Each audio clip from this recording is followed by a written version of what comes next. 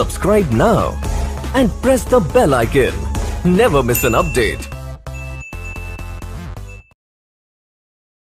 नमस्कार दोस्तों, मैं जितेंद्र चौधरी फिर से आपका स्वागत करता हूं। तो देखो, पिछली क्लास में अपन ने आवर्त के बारे में पढ़ा था। दो प्रकार के आवर्त मैंने आपको बताए थे। आज अपना जो चैप्टर होगा उससे रिलेटेड ही होगा, इंपॉर्टेंट होगा। देखो, भिन्नों की तुलना। आज अपन लोग पढ़ेंगे जो फ्रैक्शन आते हैं अपने पास, भिन्न आती है, उनकी तुलना करेंगे, कंपैरिजन। ठीक है, मैं यहाँ 4 प्रकार के क्वेश्चन बताऊंगा आपको डबल तरीके से। ठीक है, देखो, जैसे सबसे पहला पॉइंट इसमें अपन से पूछा जाता है सबसे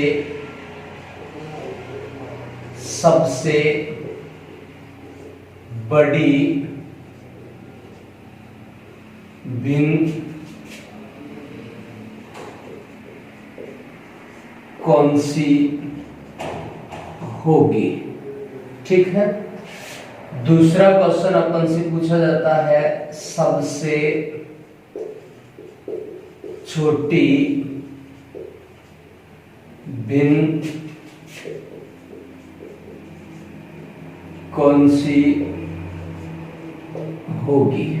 ठीक है, तीसरा क्रम अपन से पूछा जाएगा आरोही क्रम में व्यवस्थित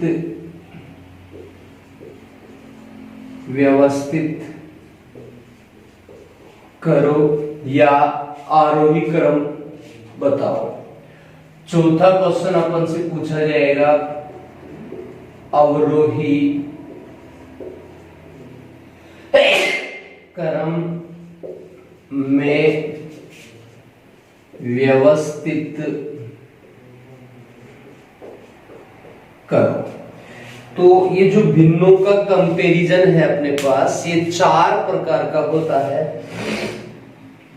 आपसे पूछा जाएगा सबसे बड़ी भिन्न कौन सी है, सबसे छोटी भिन्न कौन सी है, आरोही क्रम में व्यवस्थित करो, अवरोही क्रम में व्यवस्थित करो। ठीक है, तो अपन लोग क्या करेंगे, इसका एक एग्जाम्पल लेंगे और उसी से अपन लोग इस मेथड को क्लियर करेंगे। तो जैसे आपसे पूछ लिया जाए 7/6, 7/9, 4/5 और 5/7, इस प्रकार से अपने पास क्वेश्चन आ गया। ठीक है, अब वो बोलेगा सबसे बड़ी भिन्न कौन सी है, सबसे छोटी कौन सी है, आरोही क्रम क्या होगा, अवरोही क्रम क्या होगा। तो आपको मैं 2 तरीके बताऊंगा सीधे सीधे से। देखो, पहला तरीका,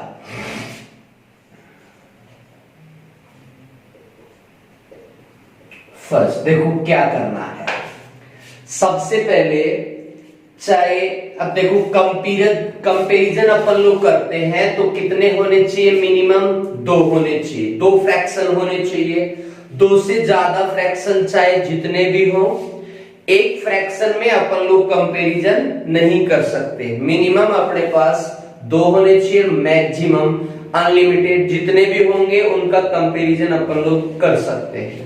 ठीक है, सबसे पहला काम अपन लोग क्या करेंगे, जो भी भिन्न अपने को दिया हुआ है, चाहे जो भी भिन्न है, सबसे पहले अपन लोग उनका जो अंश अपने को दिया हुआ है उसको एज इट इज नोट कर लेंगे।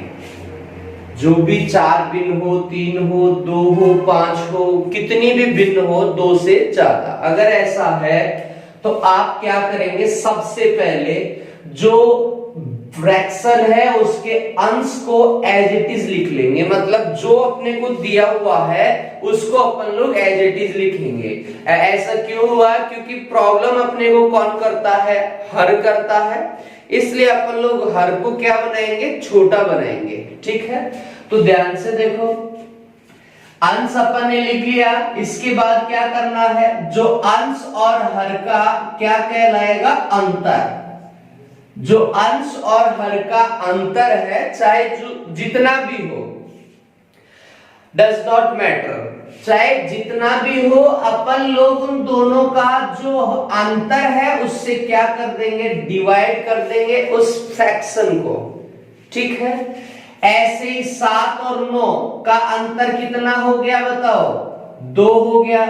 4 और 5 का अंतर कितना है, 1 है। 5 और 7 का अंतर कितना है, 2 है। इस प्रकार से अपन ने सभी का क्या कर लिया, अंतर कर लिया। जो भी अंतर है उसका क्या किया, डिवाइड कर दिया सभी अंश को। ठीक है, फिर से सुन लो, जो फर्स्ट काम अपन ने किया है वो क्या था कि जो फ्रैक्शन अपने को दिया हुआ है उसके अंश को एज इट इज नोट किया। उसके बाद प्रत्येक भिन्न के अंतर से उसको क्या कर दिया, डिवाइड कर दिया। ठीक है, अब अगर अंतर बड़ा आ रहा है, ध्यान से सुनना मेरी बात, अगर फिर भी अंतर बड़ा आ रहा है तो आप ये काम एक बार और कर सकते हैं। और अगर अंतर देखो 1 से छोटा तो आ नहीं सकता, 1 2 के समथिंग अगर आ रहा है तो फिर अपने को पता चल जाएगा कि कौन सा बड़ा है कौन सा छोटा है, आरोही क्रम क्या होगा, अवरोही क्रम क्या होगा, फिर अपन लोग इनको बता सकते हैं। अब देखो 1 और 2 ही है, जब मैं 7 में 1 का भाग दूंगा कितना आएगा, 7। 7 में 2 का 2, 3.5। 4 में 1 का 2, 4। 5 में 2 का 2, कितना आएगा, 2.5 आ जाएगा। ठीक है, अब मेरे पास फ्रैक्शन नहीं है, ये क्या आ गए, नंबर आ गए।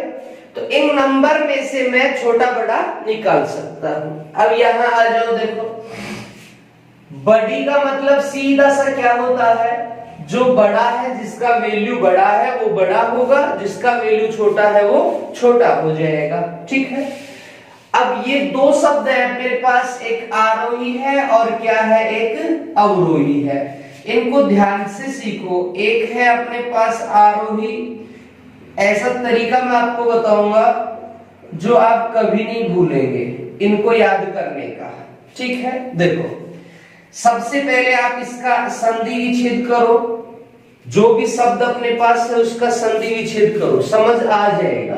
देखो जो मात्राएं हैं उनको हटाना है, ए प्लस रे प्लस है, ये कर दिया आरोही का।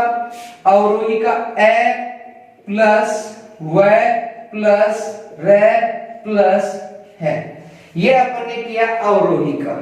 अब दिमाग में फीड करो कि जो कम शब्द है मेरे पास वो किस में है, आरोही में, और ज्यादा शब्द किस में है, अवरोही में। तो इससे नेक्स्ट अपन लोग क्या करेंगे, सीधा सा कि कम शब्द है इसमें, इसका मतलब ये होता है कम से ज्यादा। क्या होता है, ये कम से ज्यादा हो गया क्योंकि कम शब्द है। फीड कर लो, जिस 2 ही शब्द है मेरे पास, जिसमें कम है वो कम से शुरू होगा और जिसमें ज्यादा है वो ज्यादा से शुरू होगा। अब ये क्या बन जाएगा, देखो ज्यादा शब्द है तो पहले ज्यादा से क्या हो जाएगा, कम हो जाएगा। बस इतना सा याद रखना है, फिर किसी भी फ्रैक्शन का बात करें अपन लोग निकाल सकते हैं। ठीक है, तो देखो आरोही कम शब्द तो कम पहले आएगा, अवरोही ज्यादा शब्द तो ज्यादा पहले आएगा। अब इनका आरोही अवरोही अपन लोग बनाएंगे, तो देखो कम से ज्यादा, तो सबसे पहले देखो कम कौन है मेरे पास, सबसे कम 2.5, इसका मतलब ये चौथे नंबर पे आएगा, सबसे छोटा है। इससे छोटा ये है तो ये कौन से नंबर पे आएगा, तीसरे नंबर पे आएगा। फिर इससे छोटा, सॉरी ये वाला है, ये वाला, तो ये तीसरे नंबर पे आएगा। और उससे छोटा ये है तो ये कौन से नंबर पे आएगा, दूसरे नंबर पे आ जाएगा। ठीक है, और ये सबसे बड़ा वैल्यू है तो ये कौन से नंबर पे आएगा, फर्स्ट नंबर पे आ जाएगा। तो ये इनका नंबरिंग हो गया। अब मुझे कम से ज्यादा बनाना है तो सबसे पहले कम कितना है 5/7, छोटा है सबसे छोटा। अब दो शब्द और आते हैं मेरे पास, एक बड़ा और एक छोटा। तो जैसे ये बड़ा लिखा मैंने, देखो ग्रेटर देन लेस देन, एक बड़ा होता है और एक क्या होता है छोटा है। इस प्रकार से अपने को बताना है। जिधर मुंह खुला होता है वो बड़ा, बंद वाला क्या होता है छोटा। बस इसको याद रखो, इधर बड़ा इधर छोटा।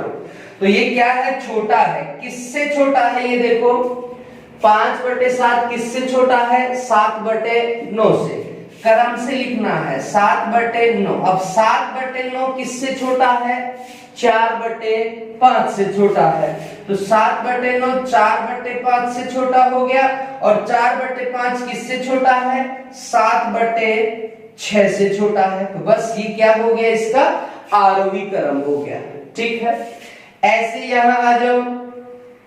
सबसे बड़ा क्योंकि ज्यादा, तो सबसे बड़ा है 7/6 से छोटा कौन है 4/5 से छोटा कौन है 7/9 से छोटा कौन है 5/7। जिधर खुला मुंह होता है वो बड़ा साइन है, बड़ा मान होगा, और जो बंद है वो छोटा होगा। तो ये अपन ने क्या बना लिया आरोही और अवरोही बना लिया।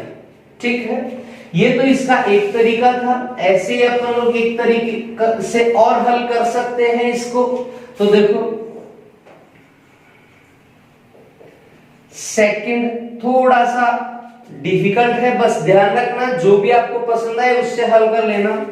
अब मैं क्या कर रहा हूं कंपैरिजन कर रहा हूं। इसका मतलब सीधा सा क्या है कि आप कम से कम कितने में कंपैरिजन कर सकते हैं तुलना 2 में कर सकते हैं। इसका मतलब मैं 2 के बीच तुलना करूंगा सबसे पहले। तो मैंने सबसे पहले लिया 7/6 और तुलना का मतलब बराबर 7/9, इस प्रकार से ले लिया मैंने। ठीक है, अब इनको वजन गुणा कराऊंगा। ये विधि चल रही है 9 7 63, जैसा है वैसा का वैसा लिखो। हर को अंक से गुणा करवाना है, क्रॉस गुणा, क्रॉस मल्टीप्लीकेशन।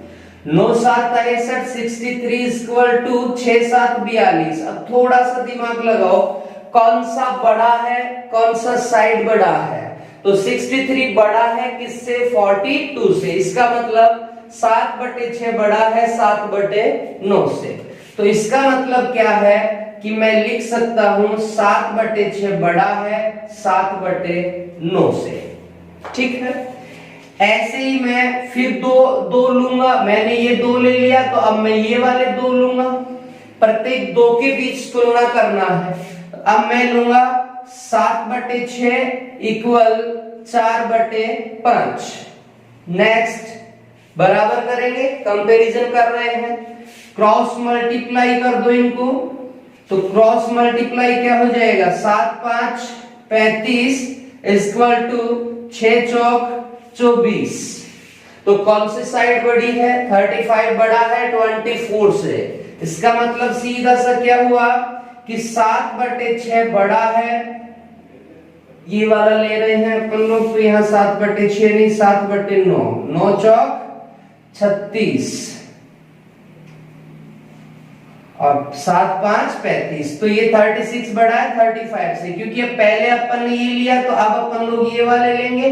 ठीक है, तो किसका मतलब ये हुआ कि 4/5 बड़ा है किससे 7/9 से। इसका मतलब देखो थोड़ा सा दिमाग लगाओ, ये वाली बिन भी इनसे बड़ी है तो इससे पहले आएगी।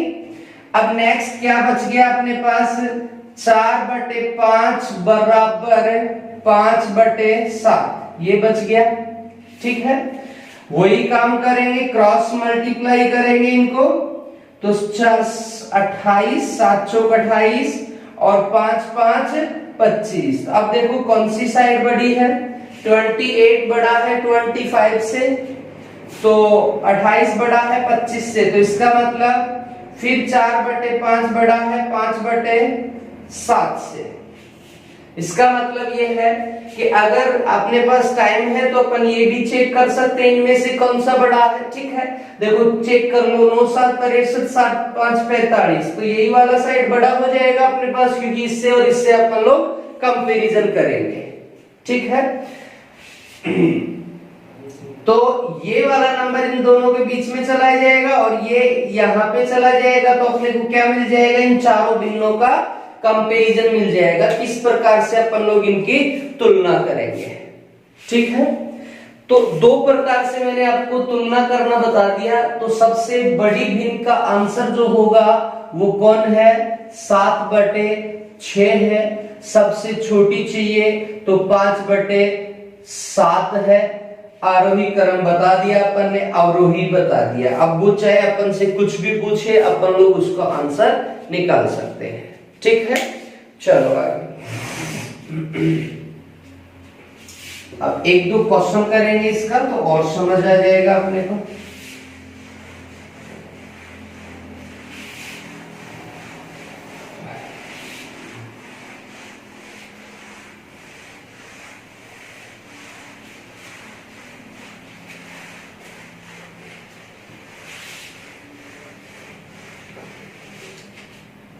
देखो इसका नेक्स्ट क्वेश्चन, जैसे आपसे पूछ लिया जाए 4/5, 7/8, 6/7, 5/6, चार भिन्न है अपने पास। तो अपन लोग सीख रहे हैं तो चारों ही कोई हल करते हैं, चारों क्वेश्चन को ही एक एक करके हल करते हैं। पहले इसका सॉर्ट आउट निकालते हैं, दोनों ही तरीकों से अपन लोग हल कर देते हैं। तो देखो मैंने क्या बताया, सबसे पहले जो अंश है उसको लिखो, उसके बाद अंतर का क्या कर दो, उनमें डिवाइड कर दो। तो 4 और 5 का अंतर कितना है, 1 है। 7 और 8 का अंतर भी कितना है, 1 है। 6 और 7 का अंतर भी कितना है, 1 है। 5 और 6 का अंतर भी कितना है, 1 है। तो सभी का अंतर क्या आ रहा है, यहां समान आ रहा है, तो घबराना नहीं है। क्वेश्चन में चाहे अंतर समान कितने का भी हो, उसका जो अंश बड़ा होगा वो बड़ा फ्रैक्शन होगा, जिसका अंश छोटा है वो छोटा फ्रैक्शन होगा। ठीक है, अब देखो 4 में 1 का भाग लगाओ 4, 7 में 1 का लगाओ 7, 6 में 1 का लगाओ 6, 5 में 1 का लगाओ 5। अब मेरे पास फ्रैक्शन नहीं बचा, क्या बचा, नंबर बचा। और नंबर में अपन लोग बड़ा छोटा बता सकते हैं। ठीक है, ऐसे अपन लोग दूसरे तरीके से अगर इसको हल करते हैं तो भी सेम ही काम होना चाहिए। तो सबसे पहले दो फ्रैक्शन अपन लोग यूज में लेंगे। तो 4/5 इक्वल 7/8। क्या करेंगे, क्रॉस मल्टीप्लाई करेंगे तो 8 चौक 32 और 7 5 35। अब देखो कौन से साइड वाला नंबर बड़ा है, 35 बड़ा है 32 से। राइट हैंड साइड बड़ी हो गई लेफ्ट हैंड साइड से। इसका मतलब 7/8 बड़ा है 4/5 से। तो 7/8 क्या हुआ, बड़ा हुआ 4/5 से। नेक्स्ट क्या हो जाएगा, इन दोनों को लिया है तो अब इन दोनों को लेंगे तो क्या हो जाएगा, 7/8 इक्वल 6/7। फिर वही काम, क्रॉस मल्टीप्लाई करवाएंगे इनको तो 7 7 49 बराबर 8 6 48। तो कौन सी साइड बड़ी है, अब लेफ्ट हैंड साइड बड़ी है राइट हैंड साइड से। इसका मतलब ये है कि फिर 7/8 बड़ा है किससे, 6/7 से। ठीक है, क्योंकि लेफ्ट बड़ा है राइट से। ऐसे ही अब अपन लोग किनको लेंगे, 6/7 को लेंगे, किसके साथ कंपैरिजन करेंगे, 5/6 के साथ। फिर वही काम, क्रॉस मल्टीप्लाई करो। Next step 6 6 36 equal 7 5 35। अब देखो कौन सी साइड बड़ी है, फिर से लेफ्ट हैंड साइड बड़ी है किससे, राइट हैंड साइड से। तो ऐसे ही अपन लोग यहां देखेंगे तो 6/7 किससे बड़ा हो रहा है बताओ, 5/7 से। क्या है, 6/7 बड़ा है 5/6 से। ठीक है, ये वाला इससे क्या हो गया, बड़ा।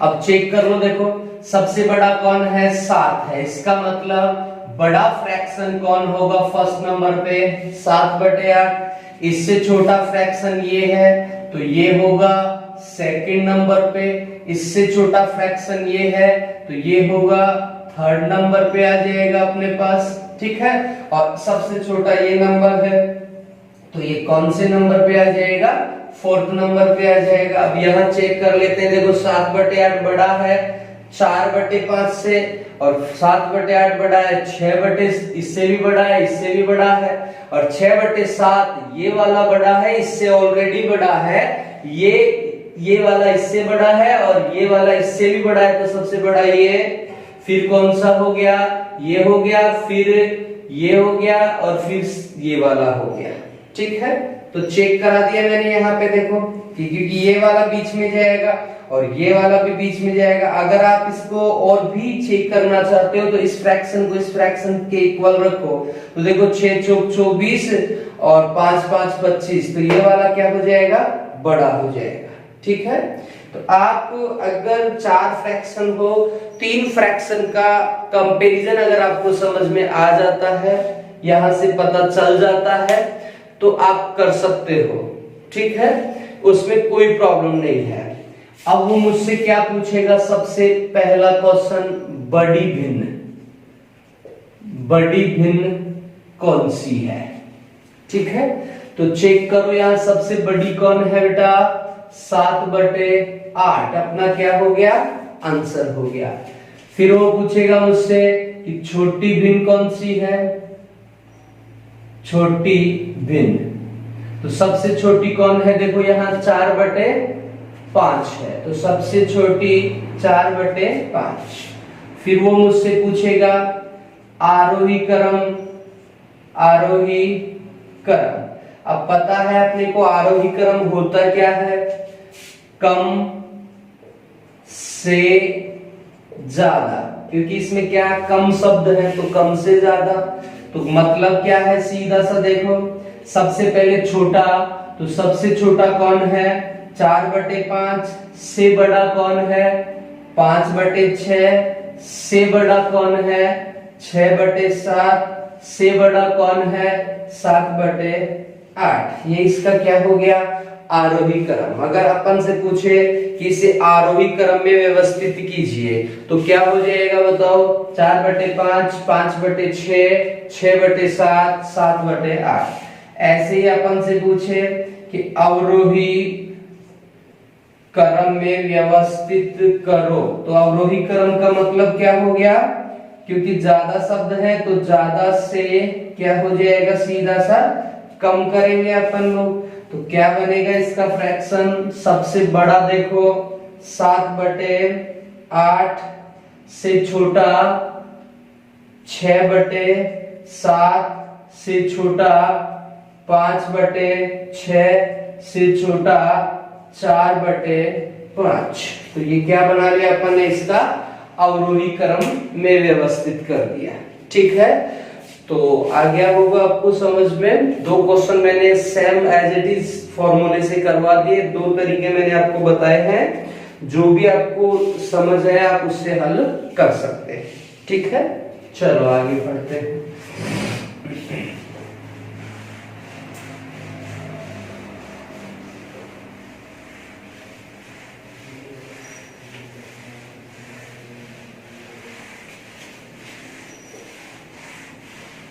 अब देखो इससे रिलेटेड एक और चैप्टर बनाते हैं अपन लोग, इसमें से देखो अच्छा है अगर बिना समझे एग्जाम में बैठ जाएंगे और योगफल पूछ ले, मल्टीप्लाई पूछ ले, लेस देन पूछ ले, तो अपन लोग हमेशा उसे क्या करके आएंगे, गलत करके आएंगे। तो नियम ध्यान से सुनना कि कब मुझे क्या करना है। तो बार या आवर्त वाली संख्याओं का योग अंतर गुणनफल,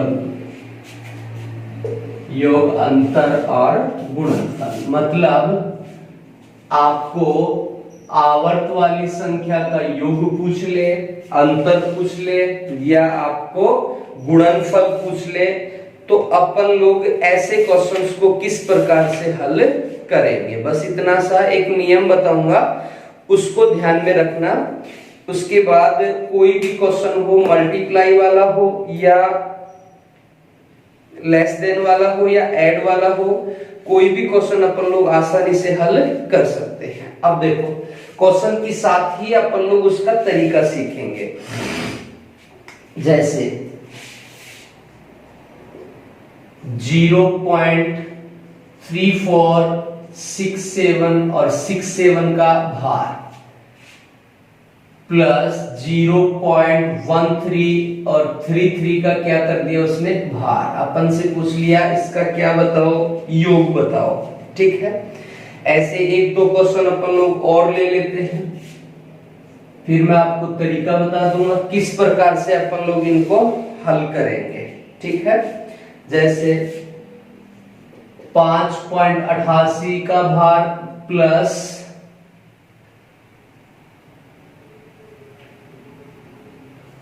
4.58 का भार माइनस ले लेते हैं, जो कि अपन लोग योग अंतर और गुणनफल के सारे क्वेश्चन हल कर सके, चाहे वो क्वेश्चन किसी भी प्रकार का हो।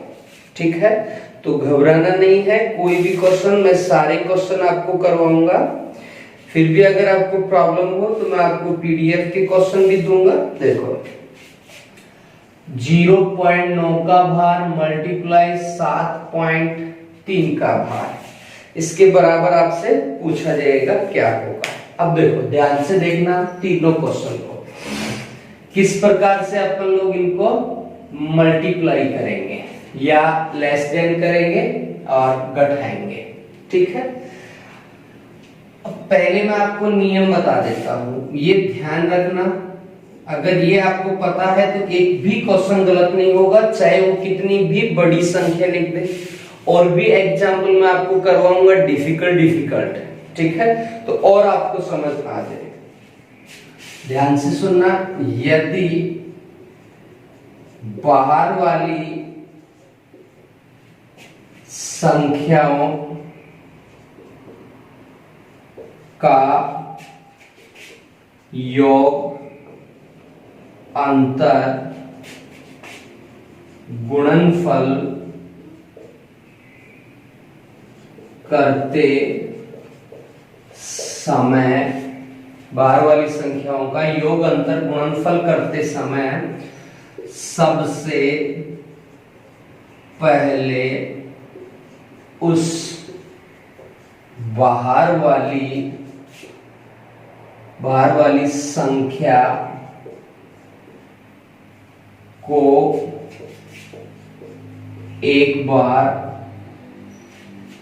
और पुनरावर्तित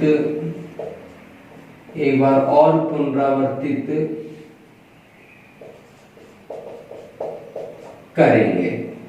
देखो मैं समझा देता हूं आपको।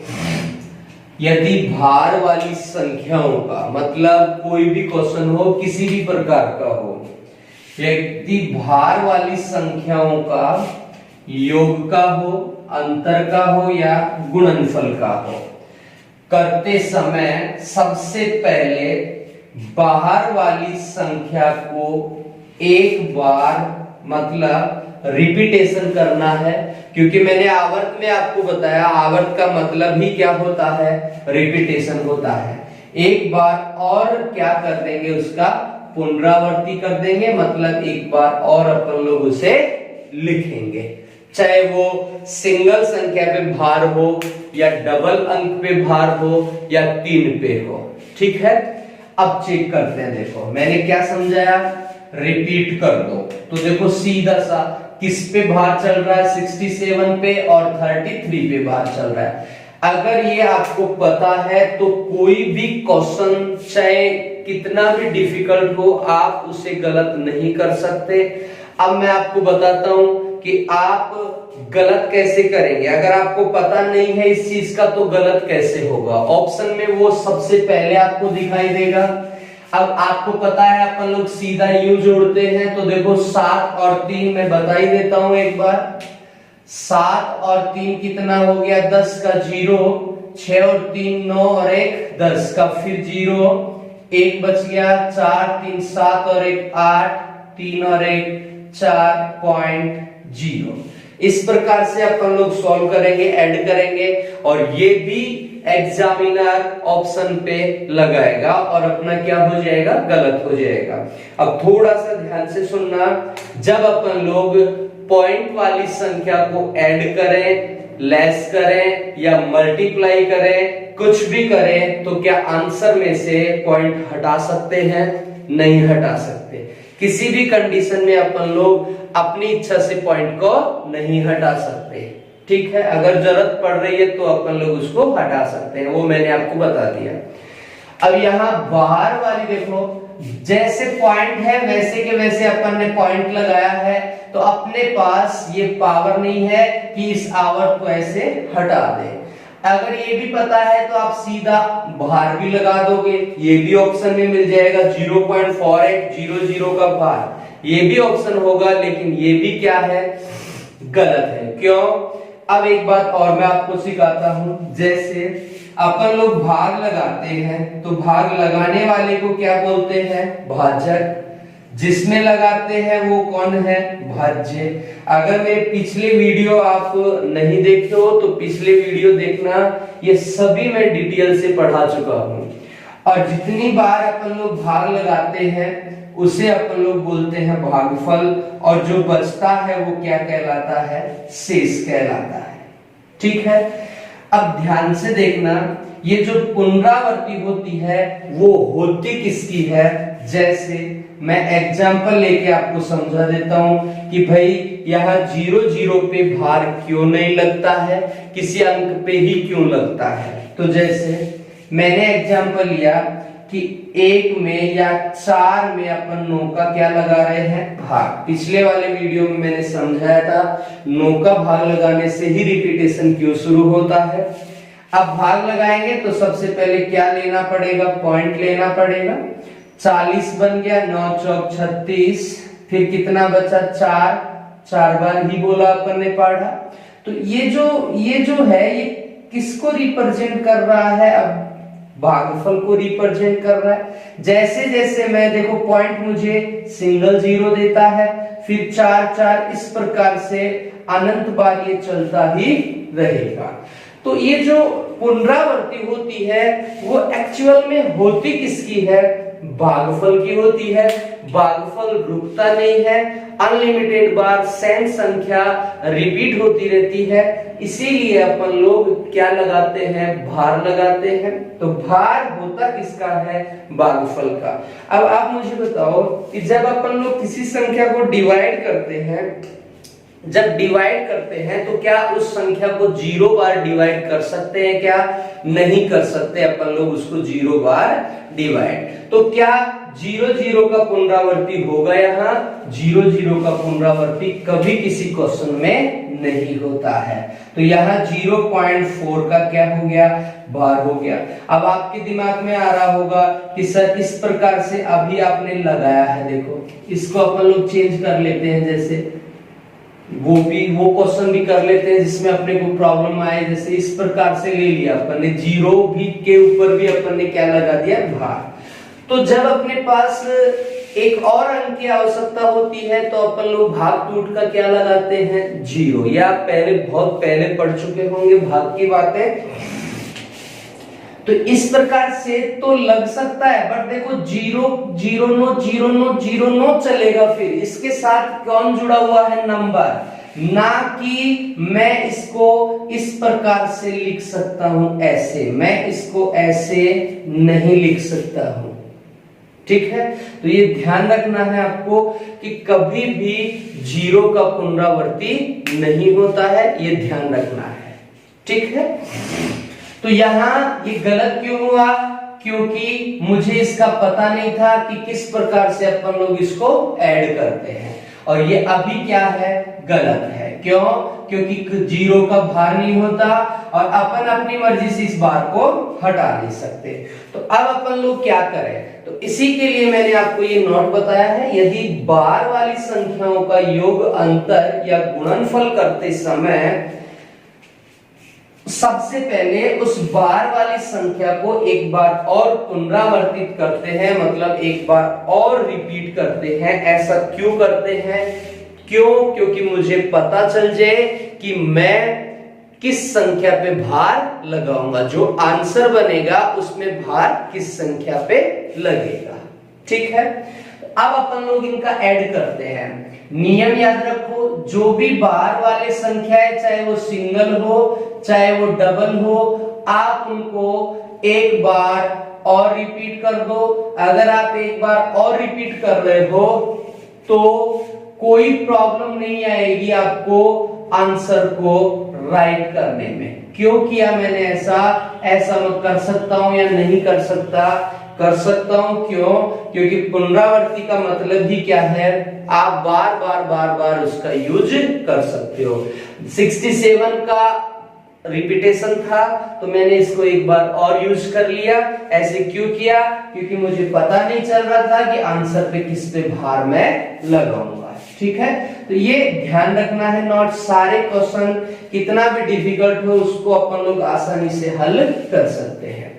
अब आपको भी पता चल जाएगा कि आंसर क्या बनने वाला है। 7 और 3 10, 10 का 0, 6 और 3 9 और 1 10, फिर 0, 7 और 3 10 और 1 हासिल, कितना हो गया 11, क्या बना 1 बन गया। बनेगा, कोई भी क्वेश्चन ये नहीं कि 0 ही बनता जाएगा। रिपीट कर रहे हैं तो भी 0 ही बन रहा है, बार 0 पे नहीं लगता है, इसका मतलब ऐसा क्वेश्चन नहीं होगा जिसपे 0 का भार लगे। 6 3 9 और 1 हासिल, 10 1 4 3 7 और 1 8 3 और 1 4 0 0 0।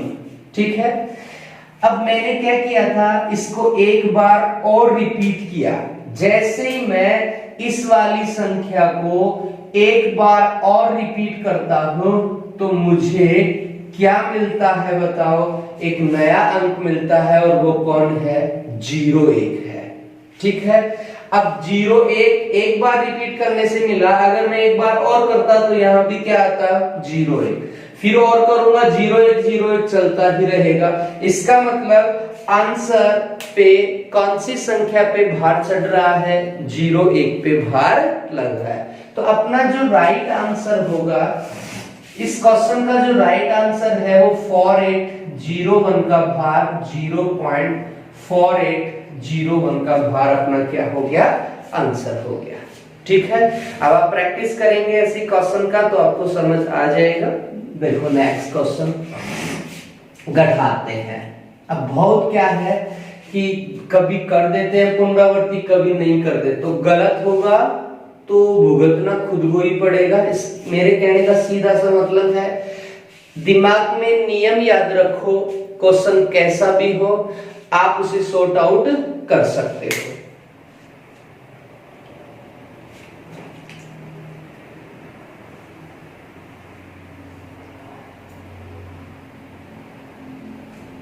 देखो